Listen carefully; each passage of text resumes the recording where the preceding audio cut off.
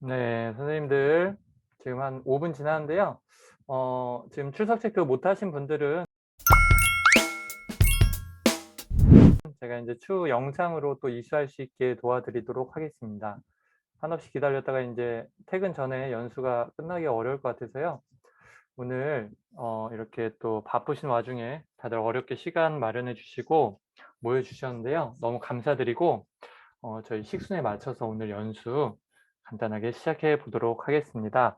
이 화면 공유하면서 시작해 보도록 하겠습니다. 네. 지금 우선 계산대 뭐 이렇게 뭐 애국가 뭐 이런 거 할 건 아니고요. 제 소개 간단히 하고 원래 이제 좋은 교사 대표님의 인사가 있는데 지금 우선 인사말을 일기유창성 가서 해 주시기로 했고 이따 폐회사 할 때 이쪽 오셔 가지고 나눠 주시기로 했습니다. 그래서 이따가 폐회사 할 때 현승호 대표님의 또 인사 말씀 그때 드리도록 하고요. 지금은 제가 인제 그동안 뭐 홍보나 인제 사람 모집할 때 계속 인제 문자로 어떻게 보면 스팸인 줄 알고 인제 수신 거부 막 이렇게 하시는 분은 없으셨으면 좋겠는데 요새 하도 막 이런저런 문자가 오다 보니까는 좀 확인을 또 안 하시 못 하시는 경우가 있는 것 같습니다. 그래서 저는 그 실무 담당하고 있는 좋은교사운동의 교직 문화 개선위원장으로 지금 섬기고 있는 이정우라고 합니다. 감사합니다. 네, 반갑습니다. 선생님들 지금 초반에 좀 늦게 들어오신 분들이 계실 텐데요. 성함이랑 학교명을 꼭 적어 주시면 좋겠습니다. 제가 지금 참가자에서 수시로 연수 시작하면서 한 10분 단위로 계속 스샷을 찍어서 출석 체크를 해야 돼요. 이게 인제 연수를 책만 교재만 받는 게 아니라 내실 있게 운영하기 위해서는 이따가 김유원 선생님께서 강의하신 내용을 완전히 숙지하시고 그것을 가지고 인제 사전 사후 검사 그리고 아이들과의 수업 시간에 교육적인 활동에 가야 되기 때문에 어 연수가 이수되지 않은 상황에서는 쪼금 어려움이 있습니다. 그래서 제가 출석 체크를 하는 게 되게 중요한 부분이어서 이름과 학교 꼭 변경해 주시고요. 가능하시면 비디오를 좀 켜 주시고 함께 소통하시면서 해 주시면 감사하겠습니다. 네, 감사합니다. 김영훈 쌤 말씀하자마자 이렇게 비디오 켜 주셔서 너무나도 감사합니다. 그리고 두 번째로 본 사업에 대해서 제가 간략하게 소개를 드리겠습니다. 기초학력 회복 프로젝트인데요. 작년까지는 2년 동안 기아 대책과 좋은 교사가 손잡고 우리 반 기초학력 41 프로젝트라는 이름으로 진행했었습니다. 지금 사실 이제 이름이 바뀐 이유는 올해부터는 이 사업이 너무 인제 의미 있다 해 가지고 중학교, 고등학교까지 시작하게 되었습니다. 그래서 인제 우리 반 그러니까는 초등학교는 반 전체로 인제 수업 시간에 할 수 있는 프로그램인데 중학교, 고등학교는 그게 현실적으로 불가능해요, 여러 가지 이유로. 그래서 인제 그러다 보니까는 반을 통으로 하는 게 아니라 보통 그 고등부 학생들을 별도로 모아서 옛날로 말하면 인제 나머지 공부 비슷하게 인제 방과후 학교처럼 이제 운영해야 되다 보니까는 이름을 좀 바뀐 측면이 있습니다. 그래서 혹시 인제 요 이름이 바뀌어서 쪼금 차고 있으신 분들도 있으실 텐데 올해부터는 중학교, 고등학교 과정이 들어와서 이름이 바뀌었다라고 이해해 주시면 되고 그전과 크게 다른 것은 없겠습니다. 네, 그렇게 이해해 주시면 좋을 것 같고요. 그래서 혹시 인제 친한 지인 선생님이시나 혹은 배우자가 중학교나 고등학교에 근무하시는데 혹은 가까운 선생님이 또 이 중고등학교에서 기초학력 미등학생 관련된 업무를 담당하고 계신 분들이 계시다면 중학교, 고등학교도 인제 6월 달에 저희가 홍보해서 모집을 할 계획이에요. 그 선생님들 주변에 있다면 요렇게 좀 좋은 교사하고 기아 대책에서 좋은 프로젝트 심지어 인제 무료로 연수와 교재까지 다 인제 제공해 주는 좋은 어 프로젝트가 있으니까 한번 이렇게 참여해 달라고 권유해 주셔도 좋을 것 같습니다. 중간중간에 연수를 듣다가 질문이 있으시면요. 채팅창에 쳐 주시면 우리 인제 강사 선생님께서 채팅을 보시고 직접 대답해 주실 수도 있고요. 어 놓치시면 제가 인제 메모해 놓았다가 연수 마지막에 질문지를 다시 말씀드리고 소통하는 방법으로 진행하도록 하겠습니다. 그리고 지금 읽기 유창성과 수학을 기초연산을 동시에 신청하시는 선생님들이 몇 분 계세요. 한 10분 정도 계시는데 저쪽 가 계신 분도 계시고 이쪽 와 계신 분도 계신데요. 이렇게 두 개 다 하신 분들은 하나는 실시간으로 이렇게 들으시고 다른 하나는 밴드를 통해서 제가 지금 이루어지는 연수를 녹화해서 올려 드릴 거예요. 그러면은 거기에 읽고 제가 인제 그 연수 이수에 작성하라고 한 짧은 어떤 소정의 글과 어떤 그거에 맞춰서 해 주시면 이수 하도록 하겠습니다. 네. 그렇게 진행하시면 될 것 같고요. 오늘 이렇게 초반 5분 정도 제가 간략한 사업 소개와 오늘 연수 프로그램에 대해서 간략하게 설명드렸습니다. 그러면은 인제 본 시간으로 들어가서요. 오늘 연수 진행해 주실 강사 선생님 제가 소개해 드리고 연수 시작할 텐데요. 4시 25 분에 마치도록 하겠습니다. 한국의 기초학력을 전문적으로 지도에 관련된 데이터나 또 실질적으로 초등학생들을 지도할 수 있는 방법을 가지고 있는 단체는 배움 천천히 연구회가 거의 유일하다고 해도 과언이 아닐 정도로 사실 독보적인 행보를 하고 있습니다. 그래서 여러 교육청에서 사실 이 배움 천천히 연구회에 여러 지금 사업을 콜라보해서 진행하고 있고요. 그런 거에 맞춰서 또 지금 뭐랄까요? 기하 대책이나 좋은 교사도 이렇게 좋은 뜻으로 함께 진행하고 있습니다. 우리 또 김유원 선생님은 지금 인천의 서흥초등학교에서 근무하시는 현직 선생님이세요. 그래서 이게 그냥 뭐 이론적인 얘기만 하는 게 아니라 본인도 실제로 교실에서 아이들을 지도하시고 연구하고 데이터를 만지시고 또 교재를 개발하시고 이런 총체적인 연구 과정에 참여하신 선생님이어서 이야기하시는 것이 상당히 실질적이고 효과적이고 선생님들이 가지고 있는 대부분의 궁금증에 대답을 해 주실 수 있는 아주 적임자 선생님이라고 할 수 있습니다. 그리고 지금 배움 천천히 연구에서 2016 년부터 거의 한 8 년, 9년 요렇게 연구 활동을 하고 계셔서 소위 뭐 얘기하는 그 뭐 구력이라고도 하고 연구 뭐 짬밥이라고 하는데 이것도 뭐 장난이 아닌 선생님입니다. 우리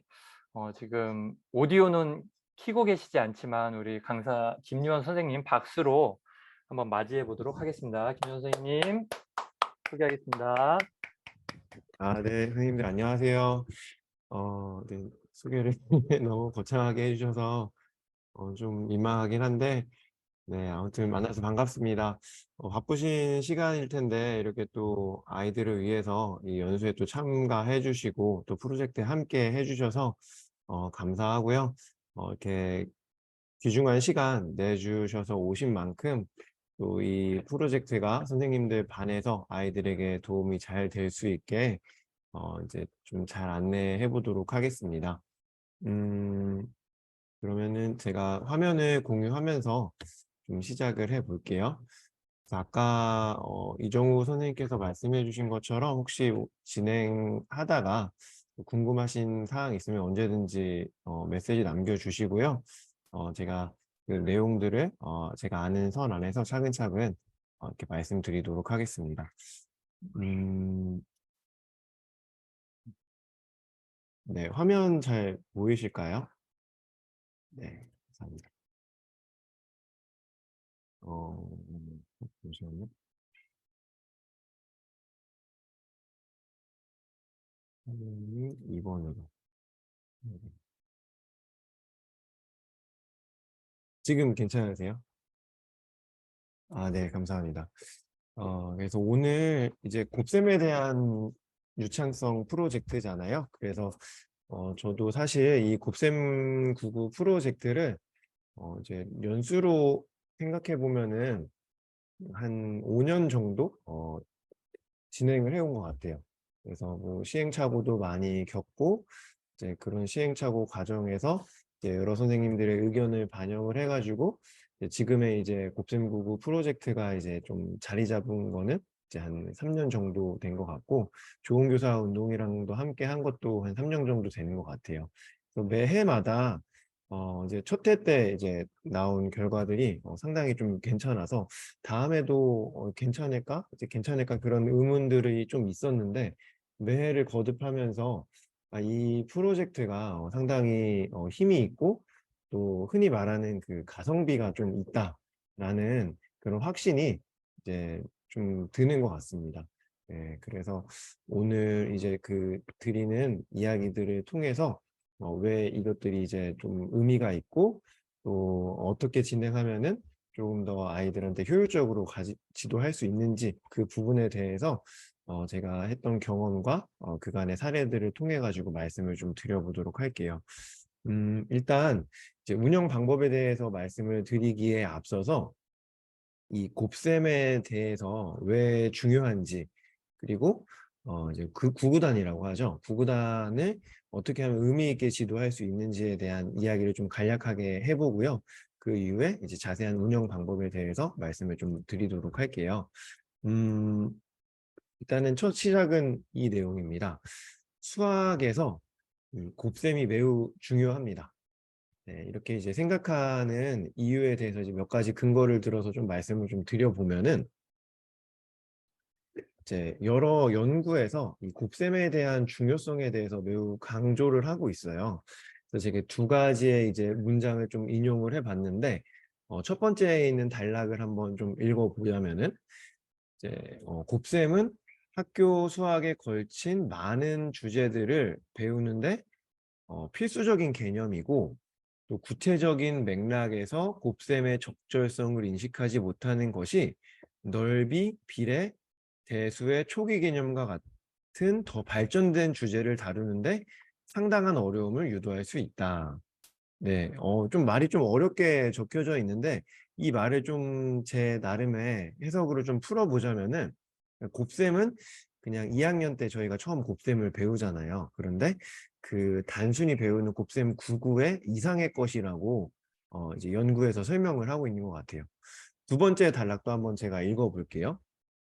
두 번째 단락에서는 이렇게 적혀 있는데, 초등학교에서 자연수의 곱셈은 단순히 초등학교에서 이루어지는 하나의 주제라고 보기보다는 분수, 넓이, 비와 비율, 비례식, 그 이후에 유리수, 선형함수, 비선형함수 뭐 등등등 이러한 여러 가지 수학적 개념과 얽혀 있는 장으로 보아야 된다.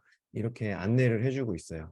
그러니까 첫 번째에 나와 있는 그 맥락과 같은 의미의 얘기라고 볼 수 있을 것 같습니다. 즉 곱셈이라고 하는 것은 선생님들도 많이 공감해 주시겠지만 단순히 아이들이 배우는 곱셈 구구의 그 이상의 것들이 이 안에 포함이 되어 있다라는 거죠. 그래서 아까 이제 잠깐 서두에 말씀드린 것처럼 우리가 곱셈을 2학년 이제 1학기 때 처음 배우기 시작을 합니다. 네, 그래서 이제 그 1학기 때는 곱셈의 개념을 좀 배우고요. 그리고 2학기 때는 이제 구구단을 배우죠. 그리고 이 배운 내용을 이후에 3학년서부터 아이들이 쭉쭉 단원마다 적용을 하는데, 그 적용되는 단원들을 한번 제가 살펴봤어요. 구구단위 곱셈이 적용되는 단원들을 살펴보니 3학년에서는 1학기 때 두 개 단원, 나눗셈과 그 다음에 곱셈, 이제 여기에서 이제 좀 연결이 되어 있고요. 그리고 2학기 때는 역시 이제 좀 수의 범위가 늘어나서 곱셈과 나눗셈 단원에서 이 곱셈을 다루게 되어 있습니다. 나눗셈 같은 경우에는 곱셈과 직접적으로 뭐 상관이 없어 보이지만 실제적으로 저희가 지도를 할 때 나눗셈은 곱셈의 역연산 관계이다, 이 내용을 가지고 나눗셈을 지도를 하잖아요. 그래서 이 나눗셈을 할 때도 곱셈이 이제 지식이 필요하겠죠. 그런데 4학년에 가면은 이제 현재 교육과정 안에서는 곱셈이 들어가는 단원이, 그러니까 실제적으로 연산이 들어가는 단원이 상당히 적더라고요.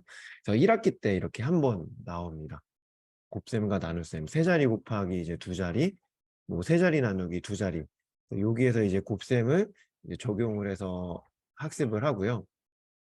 그러다가 이제 5학년과 6학년에 올라가면은 이제 곱셈을 적용한 단원이 상당히 폭발적으로 많아지고 있어요. 그래서 혼합계산, 약수와 배수, 뭐 약분과 통분, 약분과 통분에서도 이제 그 이분모의 덧셈 뺄셈을 배우기 때문에 여기 안에서도 곱셈이 이제 필요하겠죠. 그래서 이러한 내용들이 이제 곱셈을 다뤄야지만 해결을 할 수 있는, 그러니까 곱셈이 이제 선수학습 기술로서 작용되는 단원이라고 볼 수 있을 것 같아요. 4학년만 좀 특이하고 학년이 올라감으로써 이제 곱셈이 차지하는 비율이 점점 높아지는 그런 경향을 볼 수가 있는데 글쎄요, 좀 우연의 일치일까요? 아니면 좀 더 다른 내용이 있을지 모르겠는데 제가 그냥 나름 해석하기로는 수학의 부진이 점점 학년이 올라감으로써 높아지고 있는데 그것이 이 곱셈의 비중이 높아짐에 따라 점점 높아지고 있지는 않을까 그렇게 한번 생각을 해볼 수가 있더라고요. 왜냐하면은 아까 서두에 말씀드린 것처럼 이 곱셈이라고 하는 것은 상당히 이후에 수를 확장하는 그 단계의 중간 과정에 있는 그런 개념이더라고요. 아이들이 수를 파악을 할 때 처음에는 이제 하나씩 세죠. 저희가 지금 1학년 아이들 지도하는데 1학년 아이들 수 셀 때 보면은 하나, 둘, 셋, 넷, 다섯 이렇게 해가지고 하나씩 이제 세는 그런 단계에 있어요. 그러다가 이제 그 아이들이 어떤 단계로 가서 수를 세냐면은 이제 자리값이라는 개념이 생기죠. 그래서 뭐 10개씩 몇 묶음, 낱개가 몇 묶음, 그래서 모두 몇 이렇게 해서 이제 플레이스 밸류라는 자리값 개념이 형성이 되고요. 거기에서 이제 조금 더 확장된 개념이 이제 곱셈적 사고로 아이들이 파악을 하는 거죠. 무조건 10개씩 묶어서 세는 것이 아니라 이제 같은 수만큼 묶어서 예를 들어 3개씩 5묶음이 있다. 3 곱하기 5 그래서 15 이렇게 파악하는 곱셈적 사고로 수를 파악하는 사고가 점점 확장이 된다고 합니다. 그래서 이러한 곱셈적 사고가 바탕이 된 아이들은 이후에 이제 뭐 유리수라든지 뭐 대수라든지 이런 수의 단계로 확장을 시켜 나갈 수 있다고 합니다. 곱셈적 사고가 되어 있지 않은 아이들은 이제 이렇게 수의 범위를 확장시키는데 아무래도 이 표에 놓고 내용을 놓고 본다면은 어려움이 있을 수 있다라는 얘기죠. 그래서 지금까지의 이제 내용을 좀 정리를 해보면은 곱셈 99, 곱셈 99는 99단 이상의 내용이 있다. 즉 아이들이 수의 범위를 조금 더 확장시켜서 학습을 하는데 어떻게 보면은 키가 되는 그런 단계에 있는 내용이다. 그렇기 때문에 우리는 99단만 외우게 해서는 안 되고 곱셈적 사고를 할 수 있게 아이들에게 도와줘야 될 것 같아요. 그러면 곱셈적 사고를 하게 하면서 어떻게 구구단을 지도를 할 수가 있을까요? 그 방법적인 부분을 조금 생각을 해봐야 될 것 같아요. 곱셈 구구의 지도, 어떻게 처음 시작을 할까 살펴봤더니, 네, 대부분의 아이들은 이제 노래로 시작을 하는 것 같아요. 그래서 아까 제가 이제 1학년 아이들 지도한다고 말씀드렸는데 1학년 아이들도 네, 이런 구구단 노래 외우면서 이렇게 구구단 하는 아이들도 있더라고요. 그래서 뭐 정말 덧셈 뺄셈 겨우겨우 하는 아이들이 저한테 와서 이제 구구단 하는 거 이렇게 뽐내고 그런 모습 보면은 이제 한편으로는 귀여우면서 한편으로는 얘네가 정말 곱셈적 사고를 하는 걸까 그런 생각도 좀 해보는 것 같아요. 요 영상을 한번 좀 보시면 좋은데 이 구구단을 하는 이제 20개월 아기라고 해가지고 예전에 세상에 이런 일이라는 TV 프로그램에 나왔던 그 내용인데요. 한번 같이 볼게요. 어, 소리를 한번 같이 들어보시면 좋을 것 같아요. 사탄 제보 한 통. 20개월 아이가 구구단을 외운다? 하나 둘 셋도 모를 것 같은데. 어째 번지수 잘못 찾은 것 아닌가 싶다. 그래도 혹시 25. 어머 세상에 너무만 하는 거 아니에요? 쉽다고 하는 것 같아요. 어머. 구구단이라 하면 15. 20. 25. 이야, 저거 어떻게 외웠죠? 오빠 40. 오빠 사진이에요? 봄을 터지듯 술술. 이번에는 제일 어렵다는 구단 도전. 28. 27. 39. 45. 표정 봐요. 50. 집이 맛있네.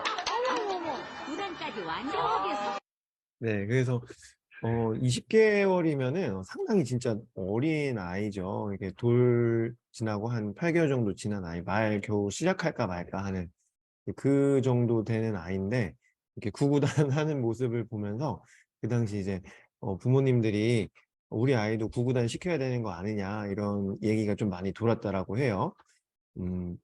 그러면은 과연 이 아이가 구구단을 하고 있는데 아주 잘하고 있죠. 어떻게 보면은 지금 이제 3학년 선생님들 많은데 3학년 웬만한 아이보다 잘하고 있는 모습일 거예요. 네. 3학년 어려운 아이들보다 지금 잘하고 있는 모습인데, 그럼 이 아이가 과연 이제 아까 처음에 말씀드린 것처럼 곱셈적인 사고를 하면서 구구단을 하고 있는 걸까요?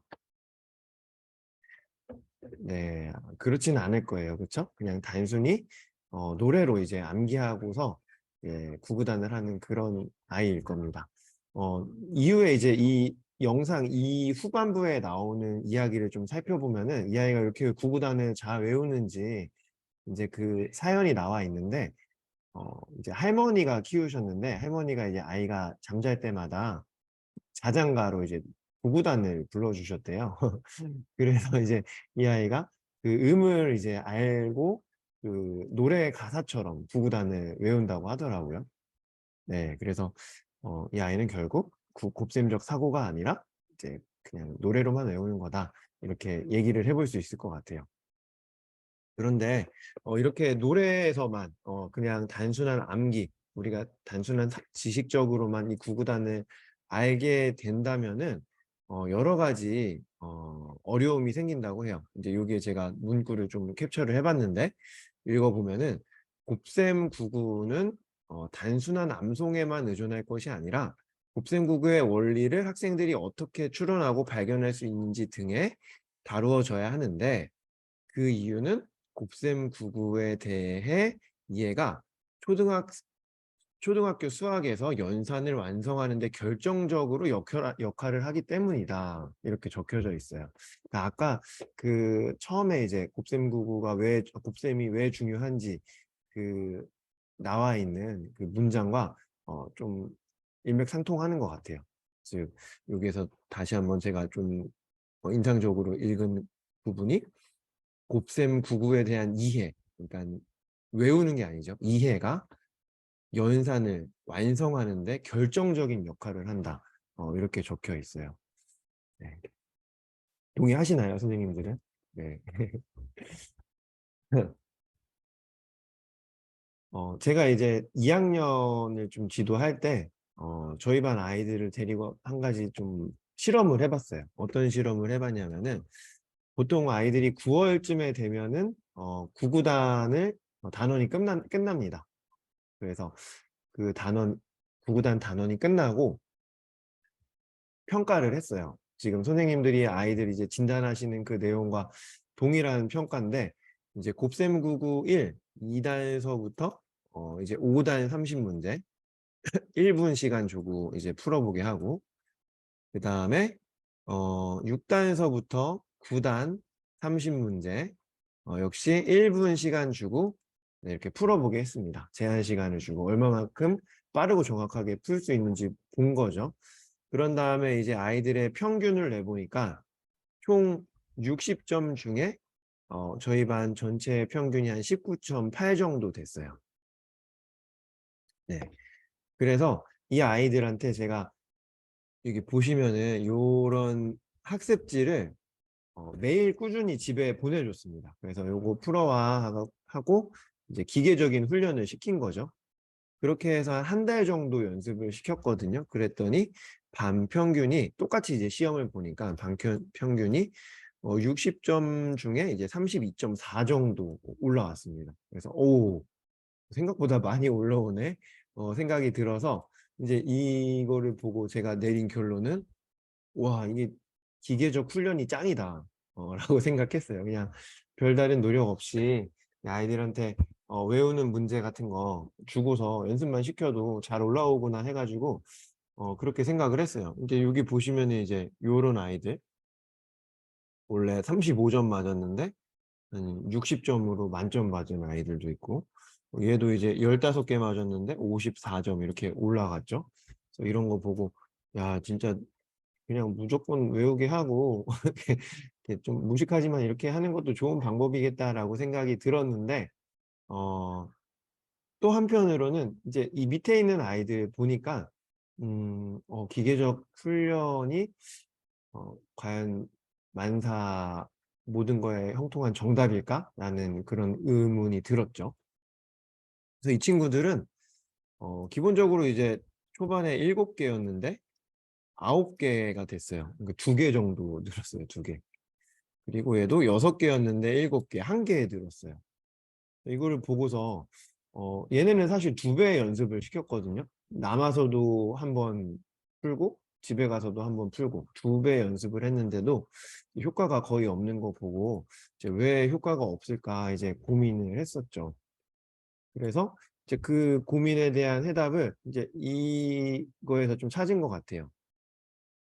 수 감각이라고 해서 이제 수가 이제 머릿속에 의미 있게 저장되게 하기 위해서는 이제 이 3가지가 연결이 되어야 된다고 하더라고요.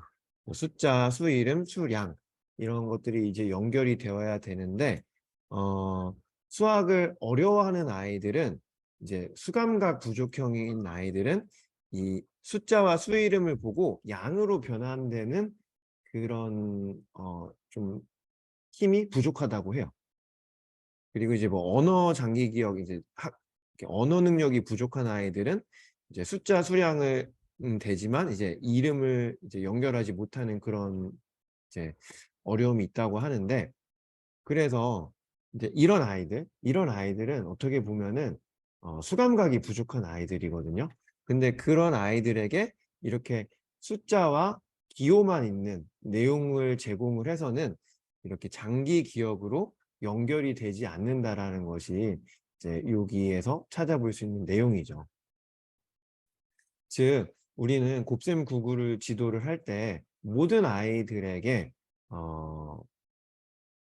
의미 있게 이 곱셈에 대한 개념과 지식을 갖춰가면서 유창성을 기르게 하기 위해서는 단순히 그냥 아까 제가 맨 처음에 했던 것처럼 그냥 단순한 연습을 시키는 거를 떠나서 이와 같은 단계를 거쳐서 좀 더 지도를 한다면은 의미 있게 그리고 장기적으로 잘 기억할 수 있게 도와줄 수가 있을 것 같다는 생각이 들었어요. 그래서 곱셈 99의 지도의 단계를 3단계로 한번 나눠 봤는데요. 첫 번째가 이제 곱셈 감각입니다. 그리고 두 번째가 곱셈 전략, 세 번째가 이제 이러한 것들을 계속해서 연습하는 그런 반복 숙달의 단계로 볼 수가 있는데요.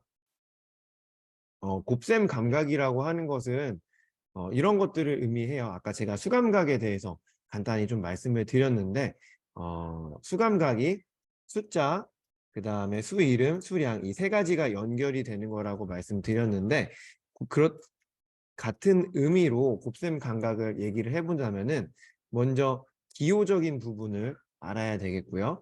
그 다음에 그거에 대한 음성적인 의미를 알아야 되겠고, 그리고 양적으로 변환할 수 있어야 된다. 그래서 이 3가지가 계속해서 아이들에게 제공이 되어야지 아이들이 곱셈 감각이 생기는 거고 곱셈의 의미를 정확하게 이해할 수 있다라고 얘기할 수 있을 것 같아요. 그래서 곱셈의 상황에 대해서 이제 곱셈 감각을 감각을 지도하는 거는 이제 다음과 같이 루틴적으로 지도를 할 수가 있겠더라고요. 예를 들어 이제 저는 이렇게 이제 지도를 하죠. 예를 들어 제가 이제 아이들한테 곱셈 상황을 설명을 해줘요. 얘들아, 귤이 3개씩 2봉지 있어. 이거를 한번 너네가 구체물로 나타내 볼래? 근데 뭐 이제 교실에는 구체물이 없으니까 이제 뭐 반구체물이나 아니면은 이제 뭐 바둑알 이런 걸로 표현을 하겠죠. 그래서 아이들이 3개씩 2개 묶음으로 놔둬요. 그런 다음에 그거를 그러면 이거를 묶음 묘사로 해볼까? 몇 개씩 몇 묶음이야? 3씩 2묶음이요. 그럼 이거를 곱셈식으로 나타내 볼까? 3 곱하기 2는 6이에요. 그래서 이런 방법으로. 그래서 이러한 상황들을 계속해서 아이들에게 하나의 루틴으로 제공을 해주는 것이 바로 곱셈 감각을 길러주는 가장 간편하면서도 확실한 방법이라고 생각이 들었어요. 물론 이제 여기서 방향을 또 바꿀 수도 있어요.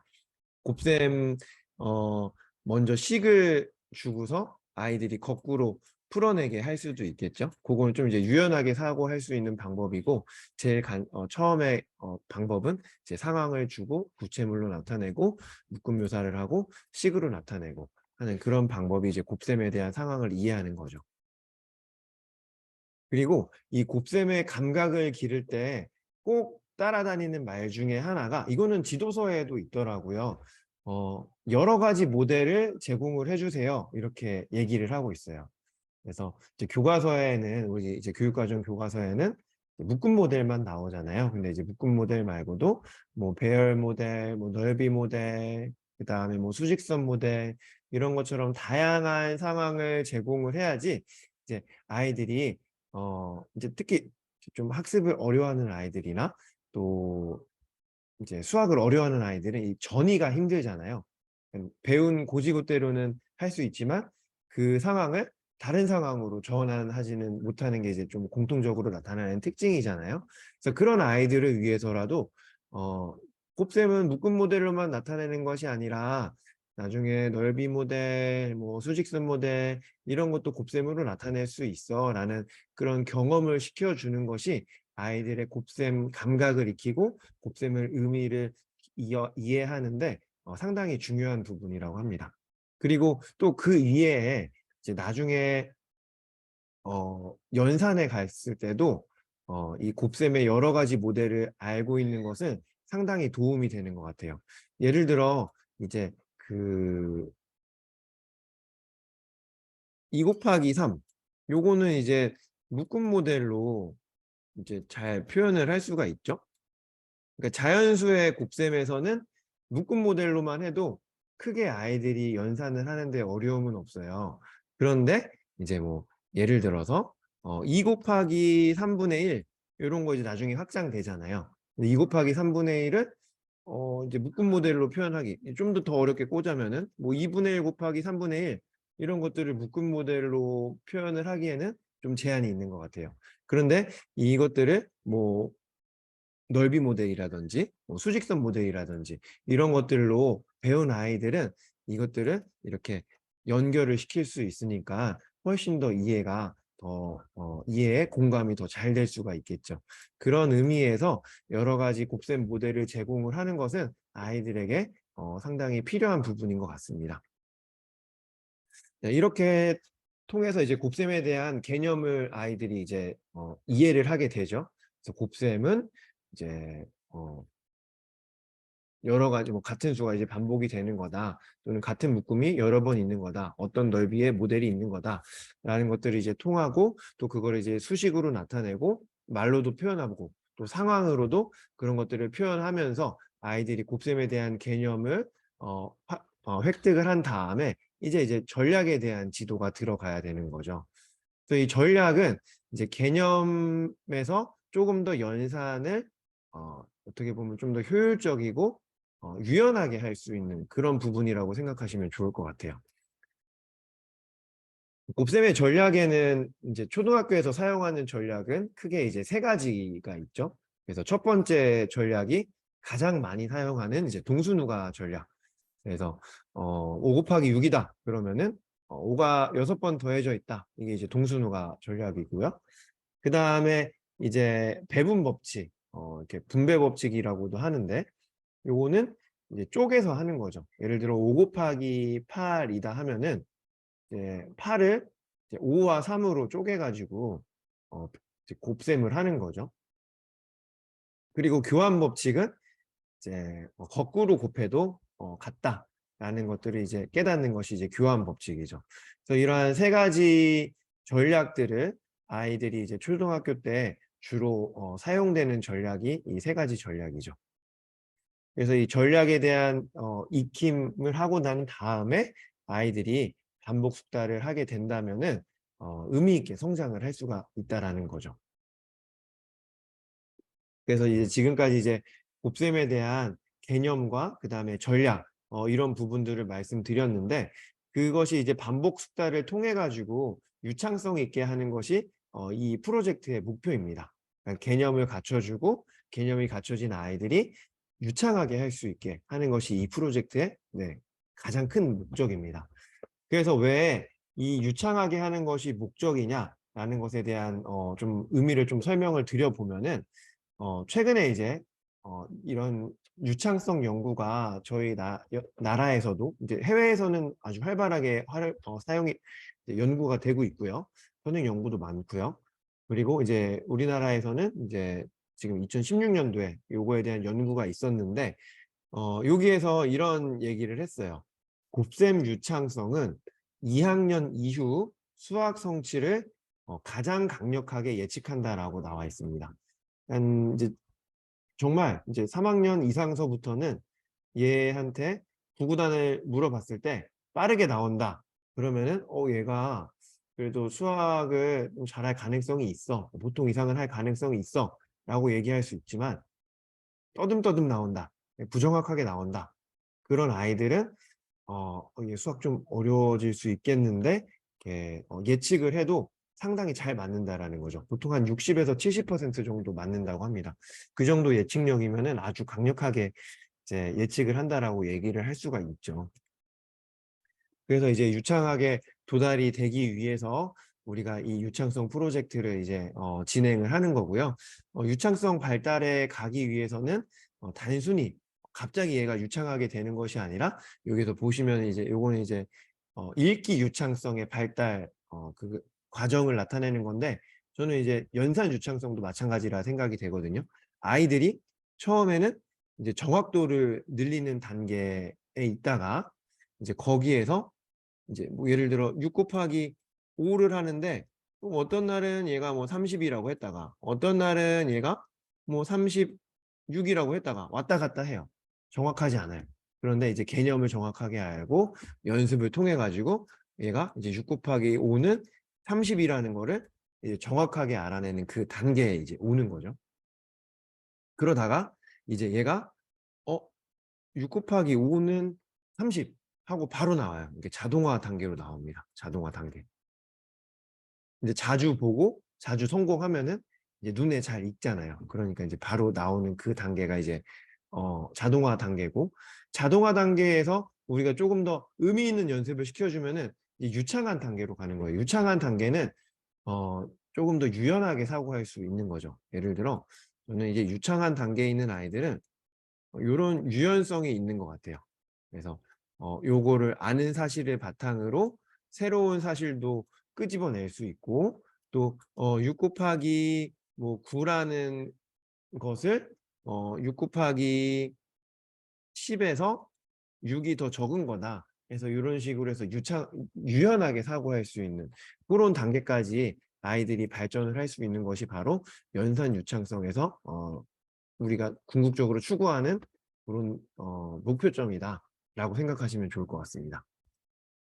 네, 그래서 이제 지금까지 곱셈 99의 유창성에 대한 중요성에 대해서 말씀을 드렸어요. 정리를 하자면은 먼저 그냥 구구단만 외우게 하는 것이 아니라 아이들이 정확하게 개념을 곱셈적인 사고를 할 수 있는 그 기반을 마련을 해주고 그리고 그것이 반복해서 연습을 통해 가지고 아이들이 자동화 그리고 유창성 할 수 있는 그 단계까지 올려주어야 된다. 그것이 왜냐면은 이후에 아이들의 수학 성취에 상당하게 큰 영향을 미치기 때문에 그런 부분들을 우리가 이렇게 짚고 넘어가 줘야 된다라고 이렇게 말씀드렸고요. 지금서부터는 이제 실제적으로 프로젝트를 이제 운영하는 방법에 대해서 좀 말씀을 드릴 텐데요. 이게 이제 많이 참여도 해보신 선생님들도 계시고 나름의 이제 노하우도 있으실 것 같은데 이제 또 새롭게 참여하신 선생님도 계실 수 있으니 조금 더 이렇게 처음이라고 생각하고 제가 세세히 안내를 좀 드려볼게요. 먼저 선생님들께서는 이제 사전 평가를 하십니다. 그렇죠? 그래서 이 프로젝트는 어쨌든 얼마만큼 아이들에게 효과가 있었는지 그런 것들을 우리가 양적으로 또 객관적으로 확인을 해보는 것이 중요하기 때문에 출발점을 꼭 진단을 해주셔야 됩니다. 그래서 이제 출발점 진단이 사전 평가고요. 그리고 이제 결과 제출을 해주시죠. 여기서 이제 결과 제출을 사전 평가 때 해주시는 이유는 이제 하나의 장치죠. 이게 저도 이게 사전 평가에 기한을 두지 않으면은 이게 미루다가 이게 어느 순간 안 하다 보면 이 연구의 효과를 이게 좀 오염되는 경우가 생기거든요. 그래서 저희가 딱 정한 그 기간 안에 정확하게 이제 진단을 하고 아이들의 출발점을 정확하게 파악하는 것이 이제 반드시 필요하고요. 그래서 이제 나중에 이정호 선생님께서 더 안내해 주시겠지만 그 기간 안에 꼭 이제 진단을 해 주시고 아이들의 출발점을 꼭 확인해 주시면 좋을 것 같아요. 네, 그런 다음에 이제 프로그램 운영을 해 주시는데 이제 주 3회 이상 정도 이제 해 주시면 좋고 매 회기 지도의 시간을 제가 해 보니까 좀 익숙하시면은 뭐 한 10분 정도 걸리고 좀 이렇게 익숙하지 않으면 한 15분 정도까지는 최대 맥시멈 15분까지는 걸리더라고요. 15분 넘어가는 아이들도 분명히 있거든요. 그래서 그런 아이들에 맞추기보다는 이제 딱 정해진 시간만큼만 딱 하고 그다음에 못 푼 아이들은 나중에 이제 방과 후에 같이 이렇게 좀 지도를 하거나 과제를 제출을 해주시면은 선생님들의 그런 교육과정 운영과 크게 이렇게 방해받지 않는 선 안에서 꾸준하게 운영을 하실 수 있을 것 같아요. 저는 이제 그렇게 했거든요. 그런 다음에 과제 형식보다는 이제 학급에서 같이 진행을 해주시는 게 상당히 중요할 것 같아요. 네. 그래서 이게 대부분의 그 학습의 프레임은 이제 반복이 되지만 조금씩 바뀔 때마다 선생님이 조금 더 이렇게 집중해서 설명을 해주시고 그 다음에 같이 풀게 하되 이제 조금 더 어려운 아이들은 이제 찾아가셔가지고 한 번 더 설명해 주시고 그런 과정이 이렇게 과제 형식보다는 전체로 진행을 하시는 게 조금 더 도움이 될 것 같고요. 또 이게 중요하더라고요. 한 번에 몰아서 이거의 프로젝트의 가장 큰 장점 중에 하나는 매일매일 하는 거예요. 매일매일. 그러니까 네, 그러니까 지도 회기를 많이 가져가는 거예요. 근데 지도 회기를 짧게 많이 가져가는 게 핵심입니다.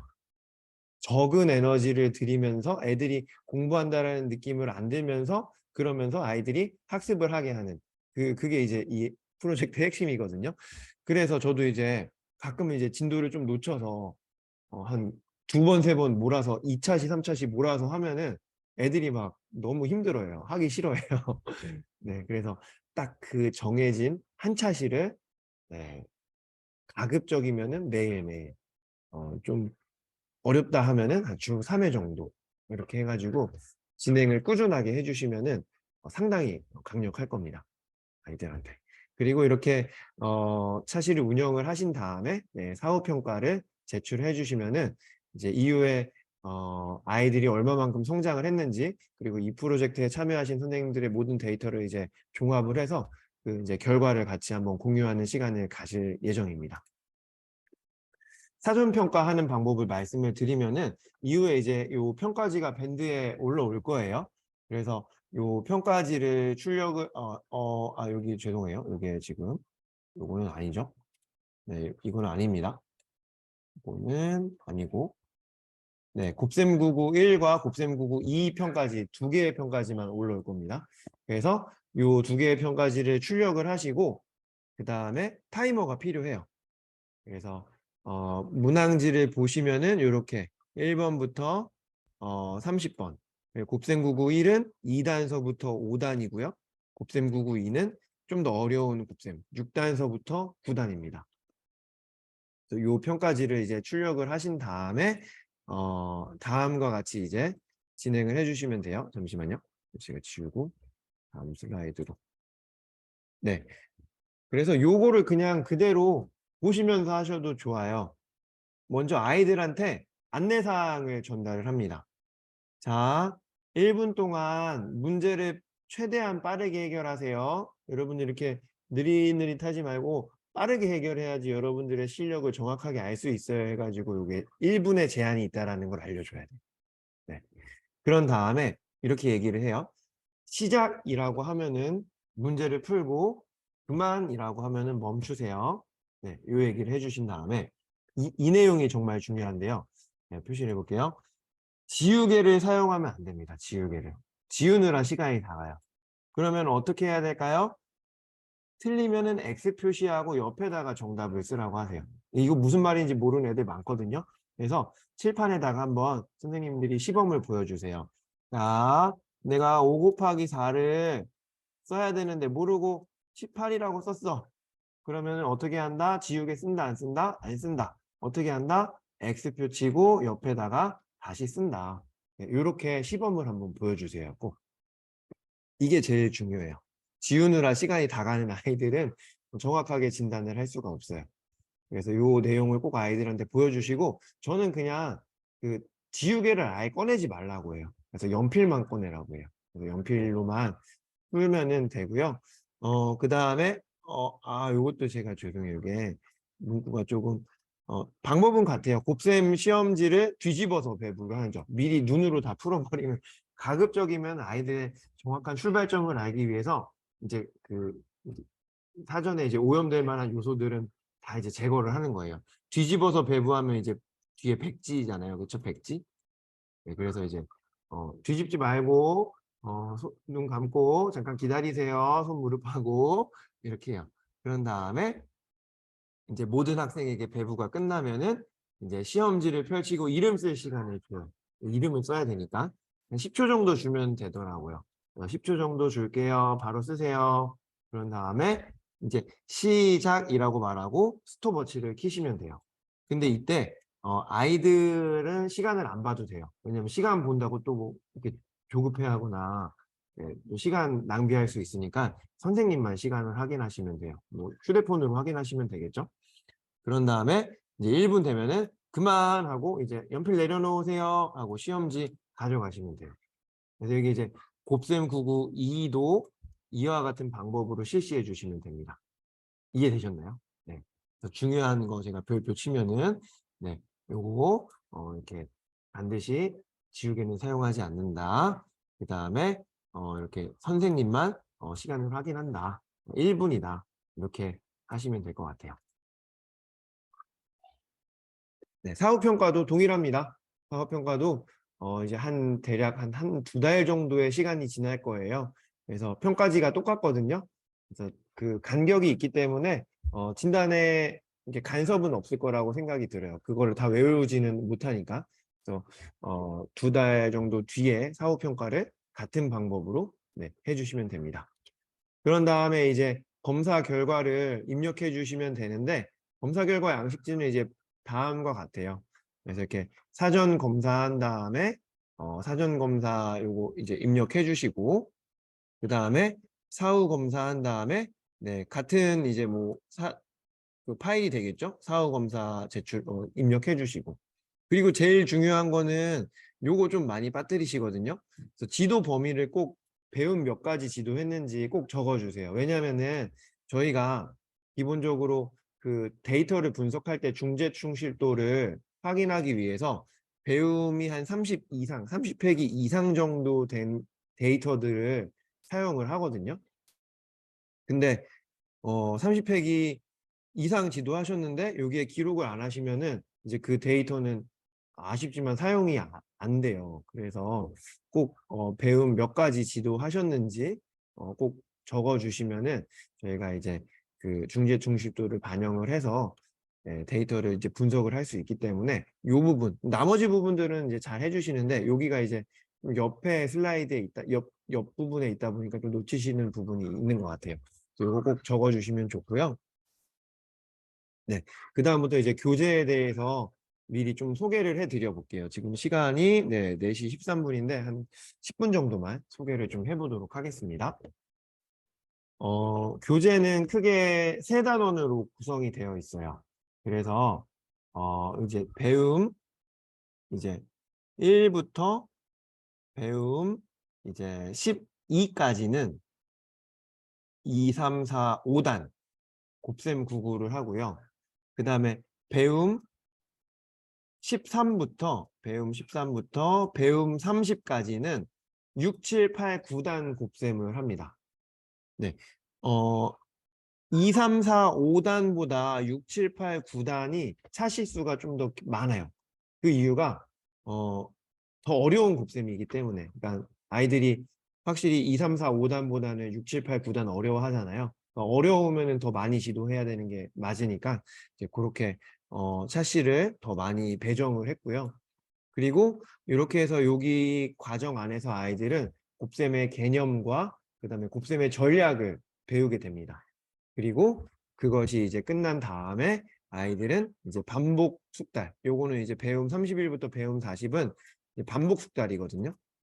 그래서 아까 개념 배우고 전략 배운 다음에 아이들이 반복 숙달을 한다라고 말씀을 드렸는데, 이제 그런 반복 숙달을 할 수 있는 네, 단원이 이제 3단원이라고 보시면 될 것 같아요. 각 차시의 그 구성은 동일하게, 거의 동일하게, 그래서 아이들이랑 선생님들이 지도를 하실 때 이제 또 새로운 거에 대해서 또 안내를 하고 지도를 하면 그만큼 이제 에너지가 많이 소요가 되잖아요. 그래서 그런 에너지 소요를 좀 적게 하기 위해서 흐름이 이제 거의 유사하게 운영이 되게 해놨거든요. 그래서 첫 번째는 이제 곱셈 챈트를 보면서 이제 챈트 부르기입니다. 아이들이 지금 노래하는 거예요. 노래 한번 볼까요?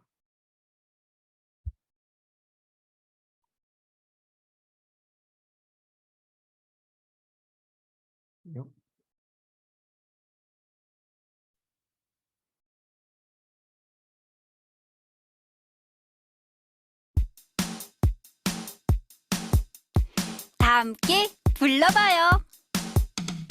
212, 224, 236, 248, 250, 262, 27에 14, 28에 16, 29, 18, 2 곱하기 10은 20. 한번 해보세요. 21은 22, 23, 24, 25, 26, 27에 28에 29, 2 곱하기 10은 한 번 더 불러봐요.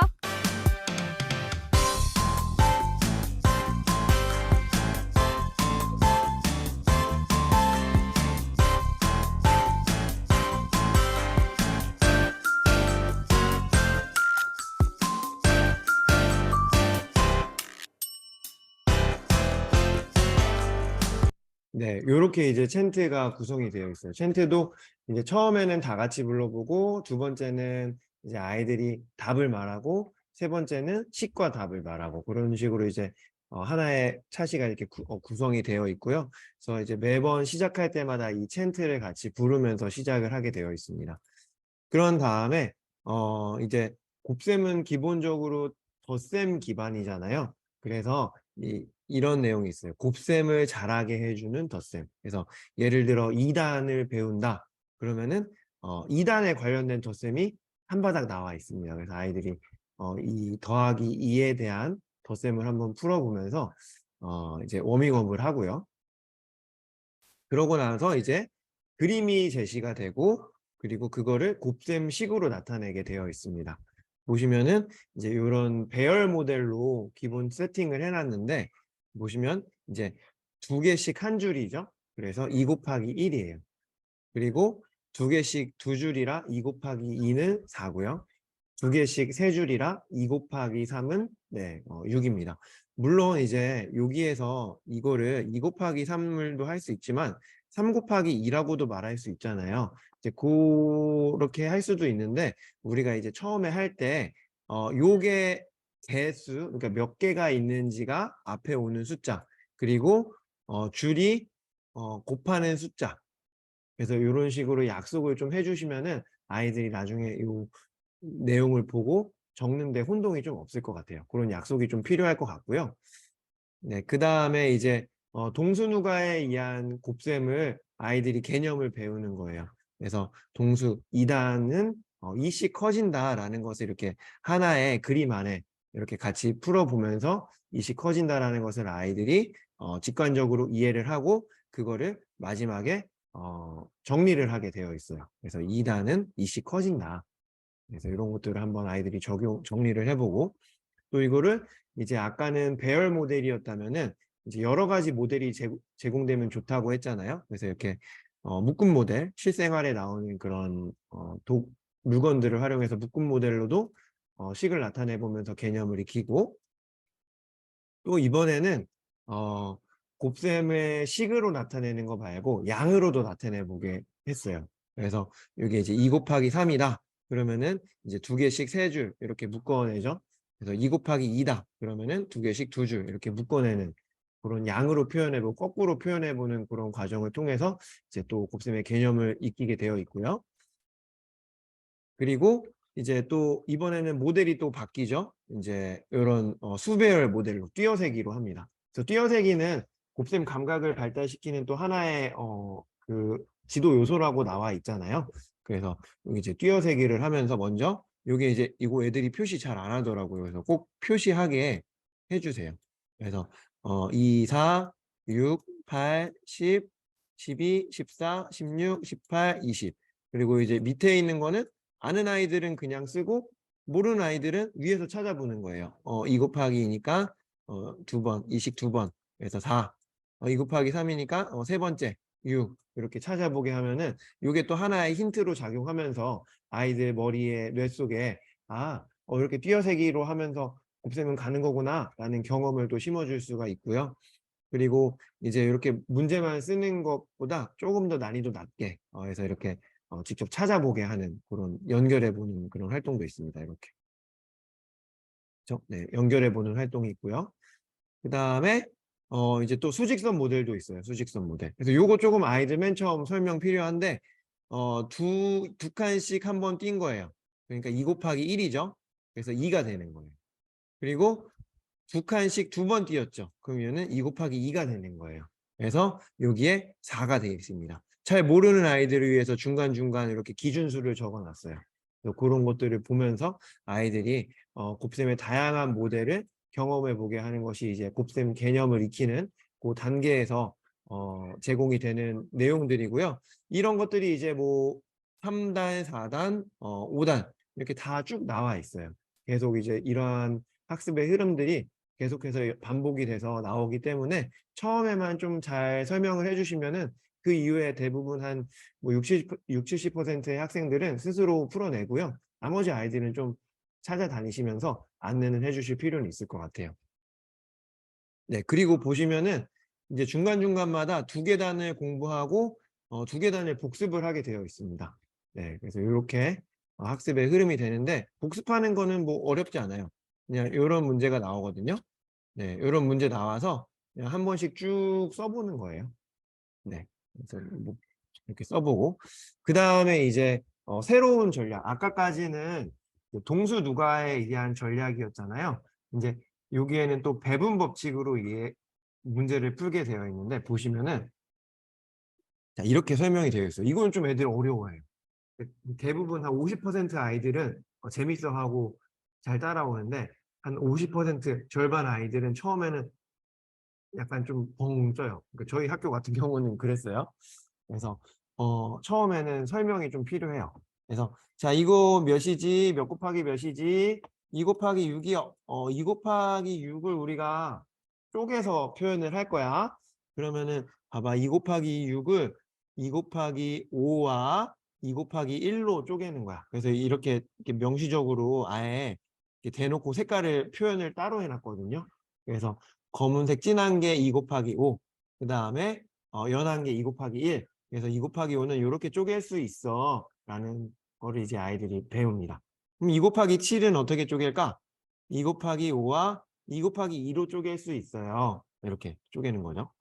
네, 이렇게 곱셈이 그냥 2 곱하기 7은 14 이렇게 통으로만 나오는 것이 아니라 어떻게 구성이 되어 있다라는 그 배분 법칙을 경험시켜 주는 거예요. 특히 수감각이 부족한 아이들은 이 덩어리로만 보거든요. 예. 어떠한 부분과 부분이 모여서 전체가 됐다라는 것을 인지를 잘 못할 때가 많아요.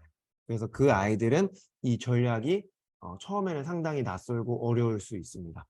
네, 근데 이 기준을 5로 잡은 이유는 뭐 여러 개로 잡을 수 있어요. 뭐 2 곱하기 7도 사실 2 곱하기 5와 2 곱하기 뭐 2 말고 2 곱하기 뭐 3과 2 곱하기 4 이렇게도 나눌 수 있는데 일단 5라는 기준수가 상당히 아이들한테 전략적으로 효율적인 그 기준수이기 때문에 5를 기준수로 이렇게 갈랐습니다. 네, 그리고 이제 요게 이제 형식화하죠. 이제 그래서 2 곱하기 9를 만드는 두 개의 식을 만들어 봐라. 연결해 봐라. 그럼 2 곱하기 5와 2 곱하기 4 이렇게 연습하는 형식화를 연습하는 단계도 있고 또 이제 이거를 이제 또 합쳐서 보는 것도 있어요. 그래서 2 곱하기 5와 2 곱하기 2가 있네. 그럼 2 곱하기 전체는 뭘까? 5와 2가 모이니까 2 곱하기 7. 그럼 2 곱하기 7은 몇일까? 바로 답을 써도 되지만 모르는 아이들은 2 곱하기 5는 10과 2 곱하기 2는 4라는 것을 알기 때문에 이 두 개를 더해서 답을 쓸 수가 있겠죠. 네, 이런 경험을 시켜주는 겁니다. 그리고 또 역시 형식화. 아까는 이제 연결해 보는 거면은 이제 직접 쪼개 보는 거예요. 2 곱하기 8을 2 곱하기 5와 뭐라고 써야 될까요, 아이들은? 2 곱하기 3. 이런 식으로 써야 됩니다. 아까도 말씀드렸지만, 수학을 어려워하는 아이들은 어려운 개념일 수 있으니 한번 잘 살펴봐 주시면 좋을 것 같아요. 그래서 이 새로운 전략 팁 아까도 계속 이제 누누이 말씀드리는 것처럼 이제 잘 이해하지만 어려운 아이들은 직접 가서 설명해 주시는 그 과정이 필요할 것 같다. 그리고 교환 법칙도 이거 되게 중요하죠. 교환 법칙을 실제로 사용하느냐 안 사용하느냐에 따라서 이 질적인 차이가 곱셈에서 질적인 차이가 상당히 크다라고 얘기를 해요. 그래서 곱셈에서 이 교환 법칙을 지도하는 방법은 이제 제일 좋은 방법은 요 실제 카드를 돌려보면서 같은 거구나라는 게 깨닫게 하는 게 이제 제일 좋은 거고요. 이제 뭐 그게 이제 지면상에서 구현이 좀 어렵기 때문에 이제 비슷한 그림 찾기로 이제 아이들을 이끌어내는 거죠. 그래서 2 곱하기 6과 비슷한 게 이 그림이 여기 있잖아요. 그래서 요게 비슷한 것 같은데 그럼 요거 한번 써볼까? 6 곱하기 2는 12. 둘이 같구나. 그래서 요 정도 아는 것까지. 그래서 순서가 바뀌어도 답은 같다라는 것을 이제 아이들 스스로 알아낼 수 있는 아이들은 제가 생각하기에는 30% 정도 되는 아이들. 나머지 아이들은 이제 이거를 써먹을 수 있게 해줘야 돼요. 그래서 일본 교과서가 보니까 우리 교과서가 좀 아쉬운 게 이것까지는 있거든요. 같은 수를 그러니까 순서가 바뀌어도 값은 같아라고 하는 것이 이제 우리 교과서에는 있는데 이제 좀 아쉬운 게 그거를 써먹게 할 수 있는 문제가 없는 것 같아요. 근데 일본 교과서는 대놓고 써먹게 하더라고요. 예를 들어 일본 교과서 2 곱하기 7은 14야. 그러면은 7 곱하기 2는 뭐야? 이렇게 대놓고 물어봐요. 아예 써먹을 수 있게.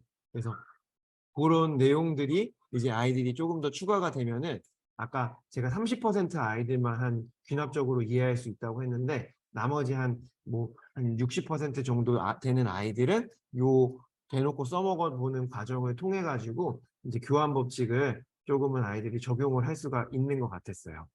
그래서 예를 들어 나 3 곱하기 6 몰라. 3, 1은 3, 3, 2, 6, 3, 3, 9, 3, 4, 12, 3, 5, 15, 3, 6, 18. 너무 올라가기 힘들어. 근데 6 곱하기 3을 먼저 해볼까? 6, 1은 6, 6, 2, 12, 6, 3, 18. 18 써야지. 그럼 얘는 보나마나 같대. 그래가지고 이렇게 거꾸로도 생각해 볼 수가 있겠죠. 그런 아이들은 이제 이렇게 멀리까지 올라가지 않아도 조금 더 가깝게 올라가서 문제를 풀어내고 거꾸로 생각해서 문제를 풀어낼 수가 있으니까 좀 더 효율적으로 유창하게 나올 수가 있겠죠.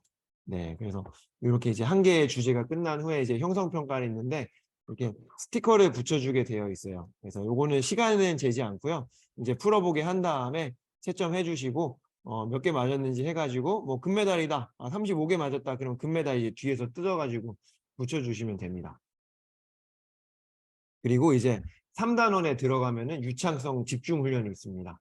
그래서 여기에 이제 제한 시간이 없는 것도 있고요.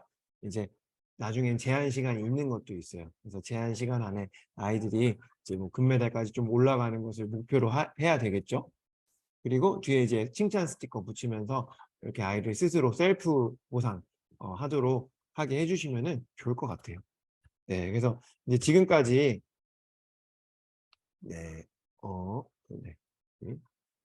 안내를 좀 쭉 드렸는데요. 잠시만요. 한번 혹시 질문들이 네. 평가 시 1, 2, 3, 4 순서대로 네, 맞습니다. 순서대로 안내는 순서대로 그러니까 예를 들어 아까 질문을 해 주신 게